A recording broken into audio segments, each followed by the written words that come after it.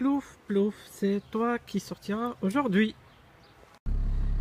Salut les amis, j'espère que vous allez bien. Bon, aujourd'hui, il fait très beau, hein. C'est au tour de la princesse Lady Di de sortir. On va aller se balader à la forêt et j'ai quelque chose à vous annoncer qui va peut-être vous faire plaisir. Allez, à bientôt. Regardez les amis comme il fait beau. Et toujours cette étoile qui brille. Ah là là là là là là. Ah, j'adore. Ce magnifique paysage. Ah là là. Regardez-moi ce beau paysage. Et ce silence. Ce silence. Ce confort. On n'entend que les chants des oiseaux. Vraiment ce confort inégalable. Il n'y a que la W140 qui a ce confort. Non, sérieux, c'est vraiment... Franchement, on n'entend que les chants des oiseaux. C'est... Cette conduite assez souple, ce confort. Oh là là.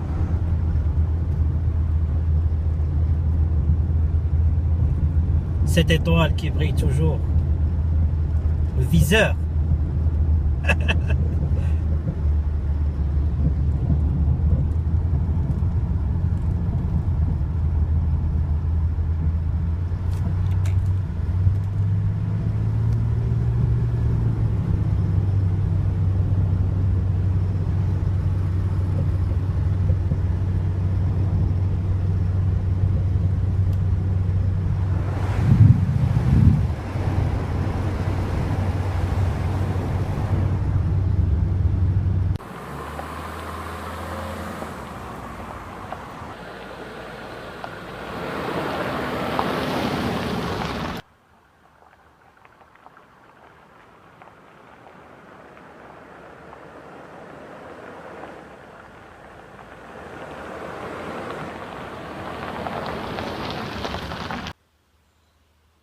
Les amis, bon comme prévu, hein, toujours avec Lady Di et son magnifique reflet que vous pouvez voir.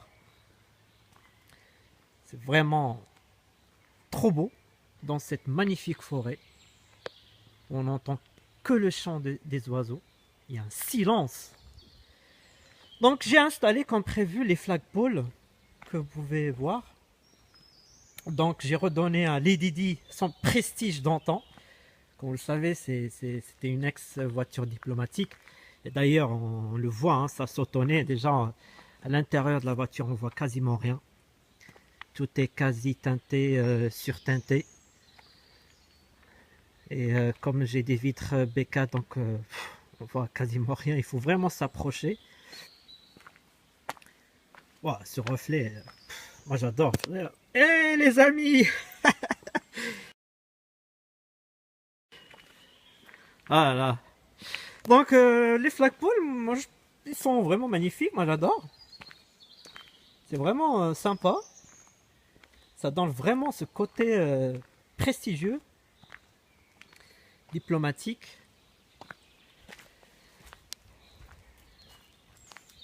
Ah là là, W140, franchement elle est trop belle. Moi je suis toujours impressionné de la W140. C'est pour ça que vraiment... Il faut, ceux qui n'ont pas encore la W140, vous allez constater quand vous allez la voir, vous allez tomber amoureux. Moi, c'est la première voiture où, parce que je changeais de voiture quasiment chaque année. J'achetais toujours une voiture. J'aime bien avoir changé. Et c'est la première voiture que j'ai jamais changé de la vendre. C'est quand même impressionnant. C'est que voilà, on s'en lasse pas avec la W140. T'es toujours impressionné. Dès que tu montes dedans, t'es toujours impressionné et t'adores.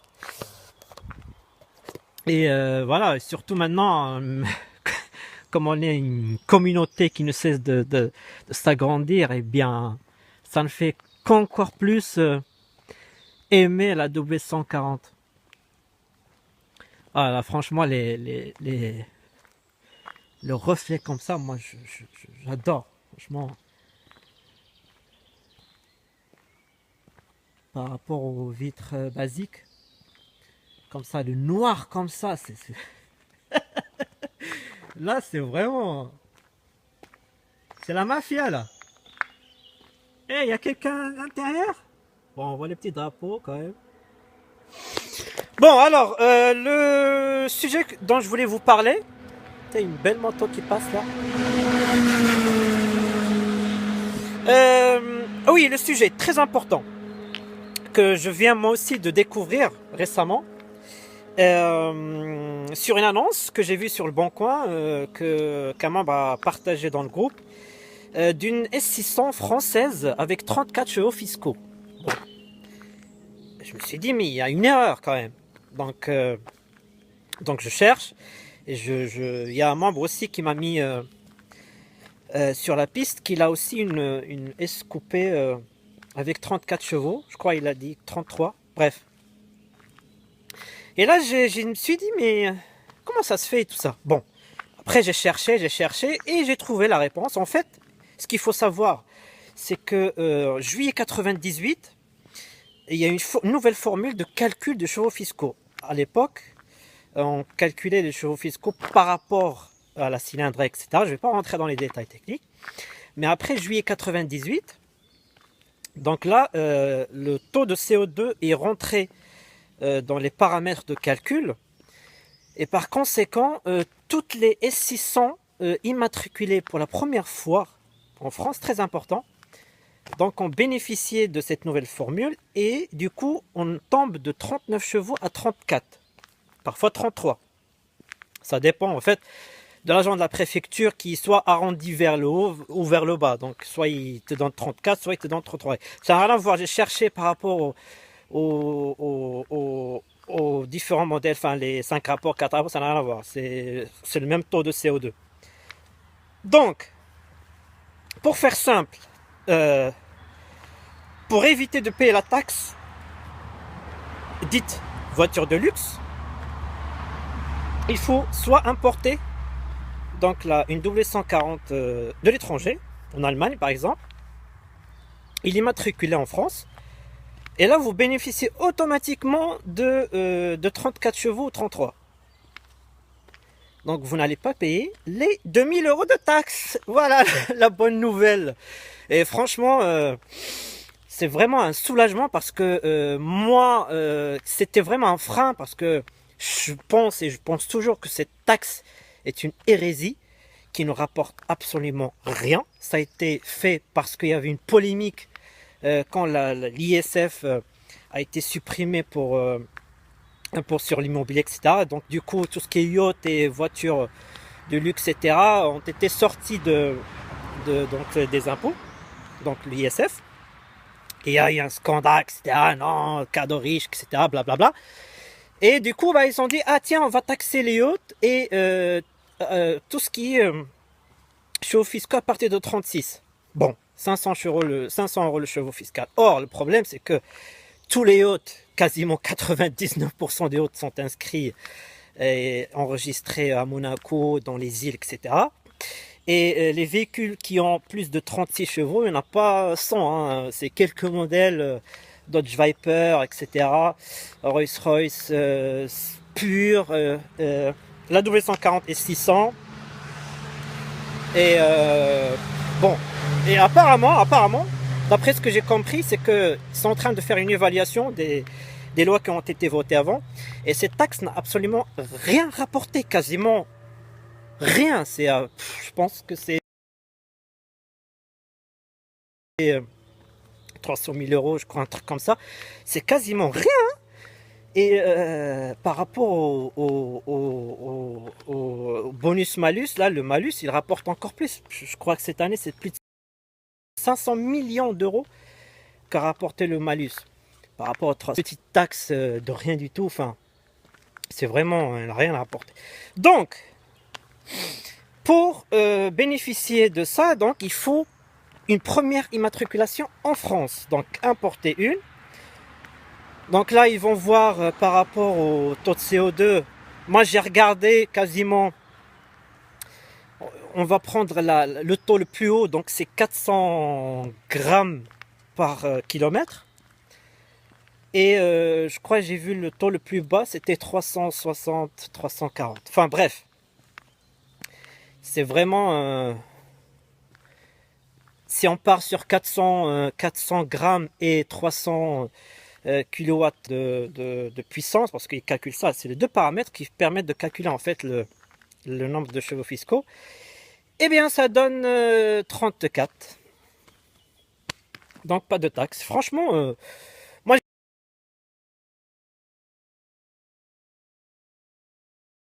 je dis pas ça pour pas dire n'achetez plus les françaises, etc.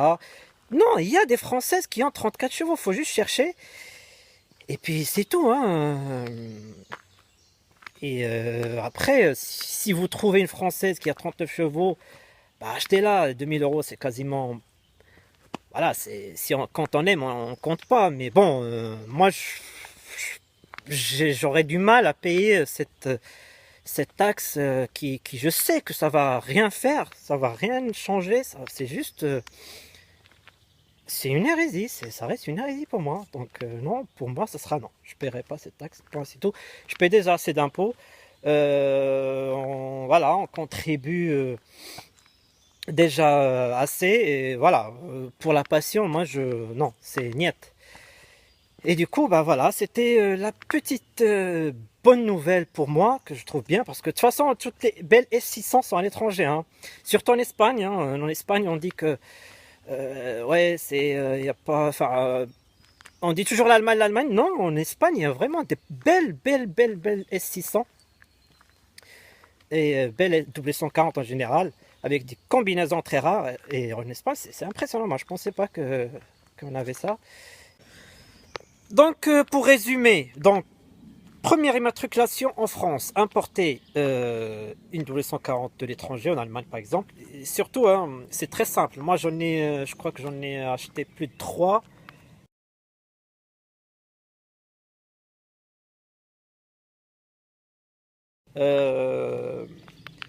En Allemagne, c'est très facile hein, d'immatriculer une voiture, surtout si elle vient de l'Union Européenne. Tout est facile, même le contrôle technique aujourd'hui, il est reconnu s'il a moins de 6 mois. Donc si vous avez le contrôle technique allemand, moins de 6 mois, il passe. Qu'est-ce que je voulais dire aussi Donc voilà, franchement. Et deuxième option, trouver une Française qui a 34 chevaux. Ou déjà importée, attention, elle peut être française, mais déjà importée. Donc c'est pour ça qu'il faut vérifier par rapport au VIN si elle a été importée ou pas. Donc moi je suis sûr que 90% qui sont à 34 chevaux françaises sont importées et les 10% ont été immatriculés après juillet 98. Donc voilà, surtout si vous achetez en Allemagne ou à l'étranger, s'assurer que vous avez le certificat de conformité parce que en fait pour éviter de ne pas avoir le certificat, il faut que il y a un champ, le champ K de la carte grise doit être renseigné. En fait, on dit ça, c'est un numéro de réception communautaire, ce qui permet en fait, aujourd'hui il n'y a plus de préfecture, mais le site ANTS de taper juste le code et ça va lui donner en fait le nombre de chevaux fiscaux automatiquement. S'il n'a pas ce code-là, il est obligé d'aller sur le certificat de conformité pour prendre en fait les deux paramètres. Donc quand je vous disais le taux de CO2 et la puissance en kilowattheure. Et voilà. Et mais je pense hein, toutes les classes S sont déjà avec le certificat de conformité qui est sorti avec. Waouh, une belle Subaru. Donc voilà. Ah oui, une petite surprise parce que je me suis amusé à calculer un petit peu les différents paramètres. Ah oui, ça concerne tous les V12. Hein, regardez très bien, aujourd'hui, maintenant, je suis réflexe là de se dire, tiens, celle-là, elle fait plus de 36. Si j'achète à l'étranger, ça va me donner combien donc, petite surprise sur le S350 par rapport au S300. Eh bien, moi, je l'ai déjà dit, hein, le S300 est pollue plus que le S350, c'est là où en fait on revient par rapport au nombre de vitesses, ça change rien. Moi j'ai 4 vitesses, 3 litres 5 Et il pollue moins que le S300. Donc je crois que la différence, je crois que le S300 il fait 270 et le S350 c'est du 240. C'est pour ça que le S350 a été homologué aux États-Unis et le S300 n'a pas été commercialisé aux États-Unis. Peut-être c'est à cause de la pollution. Enfin bref. Eh bien, si vous importez un S300, eh bien, il va passer je crois qu'il est aujourd'hui à 12 chevaux, il passe à 13 ou 14, donc ça dépend donc, du calcul, soit on arrive vers le haut, soit vers le bas. Et le S350, il passe de 14 chevaux à 11 chevaux, ou 12. C'est quand même fou, hein? Et donc voilà, petite info à partager. Moi, quand j'ai découvert ça, franchement, je me suis dit, wow, enfin. Mais bon, je m'inquiète pas hein, pour le futur. Je suis sûr que cette taxe va sauter. Hein. Ça, c'est clair et net. Et qu'est-ce que je voulais dire aussi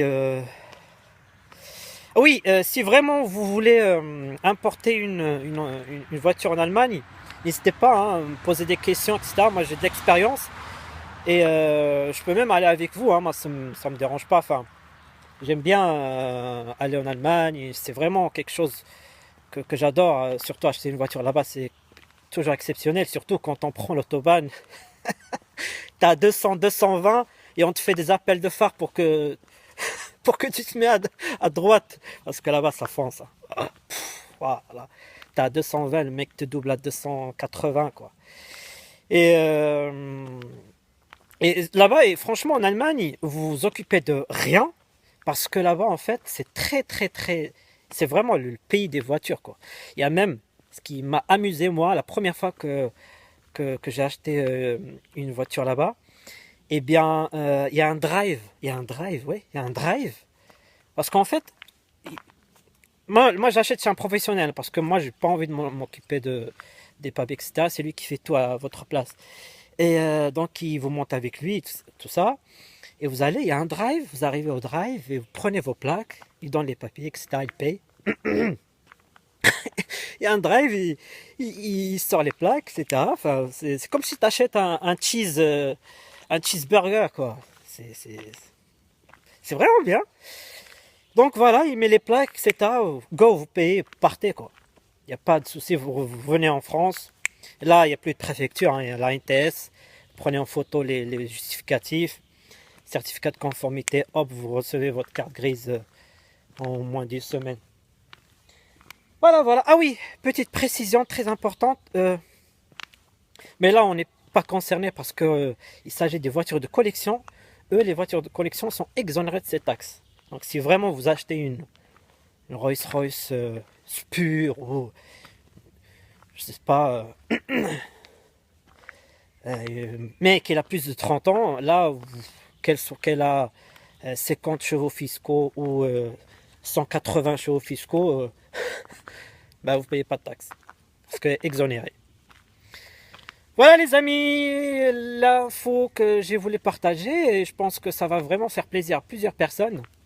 Surtout que aujourd'hui, c'est vraiment quand on veut acheter aujourd'hui une W140 S600, premier paramètre qui vient à la tête, c'est 2000 euros. Tu ajoutes toujours les 2000 euros au prix d'achat, quoi. C'est un paramètre qui, pour moi, depuis que enfin, avant que je connaissais pas ça, eh bien, quand je trouve une à 7000, c'est toujours dans ma tête, c'est 9000. Voilà, je rajoute toujours 2000 euros. C'est pour ça que les Françaises qui ont 39 chevaux, ils ont du mal à partir sur le bon coin. Hein. J'en ai vu, hein. Il y en a plein qui sont, ça fait quand même quelques mois, qui sont sur le bon coin parce que voilà.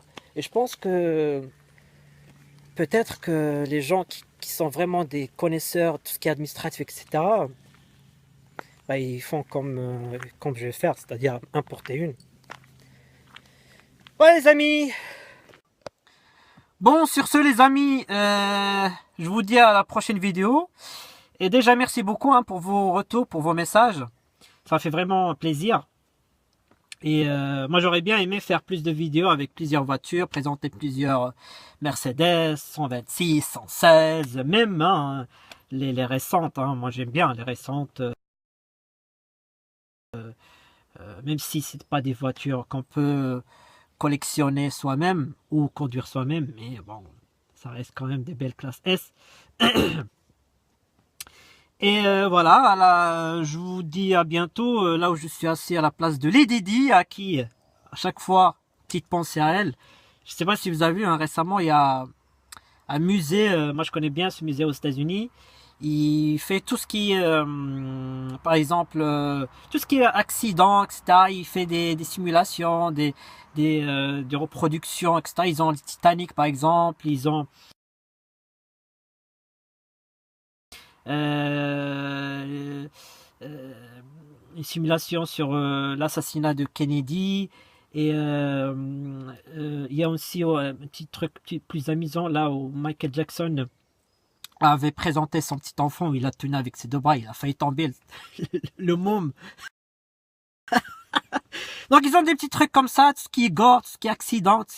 Mais récemment ils ont fait une petite attraction hein, sur Lady Di, et oui, sur l'accident de Diana. Bon, c'est un peu choquant hein, parce qu'on ne laisse jamais cette princesse reposer en paix. Mais bon, la petite attraction, je l'ai vu, c'est un petit truc, rien du tout, on distingue rien. Hein. Je sais même pas si c'est une Mercedes, c'est un truc noir qui bouge, qui tape un pilier, et puis c'est tout. On voit Paris, etc. C'est pas, il n'y a pas de sang, il n'y a rien, c'est pas, pour moi, c'est pas changé. The exhibit in question isn't the flashy feature from the locator map. It's a three-dimensional map of downtown Paris. It lights up with the path the princess took and shows the tunnel where she crashed. Okay, so take a look at what's inside. This is courtesy of Yankee in the South on YouTube. Yeah, so this is actually a 3D simulation, what is believed to be the path of the car when Princess Diana was killed. So you watch that, like you watch this 3D recreation of that. Le plus choquant, ça aurait été de voir l'épave dans un musée. Ça, oui. Et heureusement que maintenant, je suis assuré qu'elle sera jamais, elle est détruite. Et voilà. Heureusement que moi j'étais assuré parce que je trouvais pas d'infos. C'est grâce à la pétition, grâce à vos signatures que rapidement j'ai eu la réponse. Bon allez, à bientôt les amis. Hein. Salut, salut!